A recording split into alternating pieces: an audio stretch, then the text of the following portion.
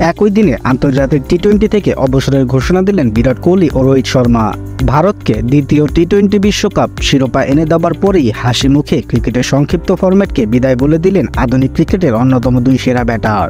দক্ষিণ আফ্রিকাকে ফাইনালে হারানোর নায়ক বিরাট কোহলি পুরস্কার নিতে গিয়ে জানান, ভারতের হয়ে শেষ আন্তর্জাতিক টি-20 ম্যাচ তিনি খেলে ফেলেছেন।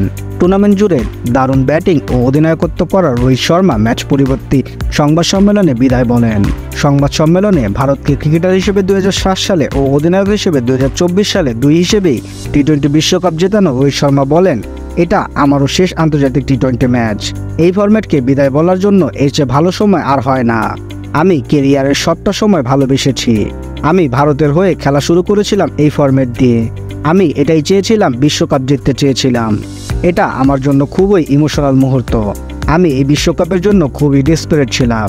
খুবই খুশি যে অবশেষে সেটা অর্জন করতে পেরেছি। আন্তর্জাতিক টি-20তে সর্বোচ্চ রান সংগ্রাহক হিসেবে বিদায় নিলেন রোহিত শর্মা। 159 ম্যাচে রোহিত শর্মা রান করেছেন 4231 রান। আন্তর্জাতিক টি-20তে সর্বোচ্চ 5টি সেঞ্চুরি রয়েছে তার দখলে। জিতেছেন 2টি বিশ্বকাপ শিরোপা।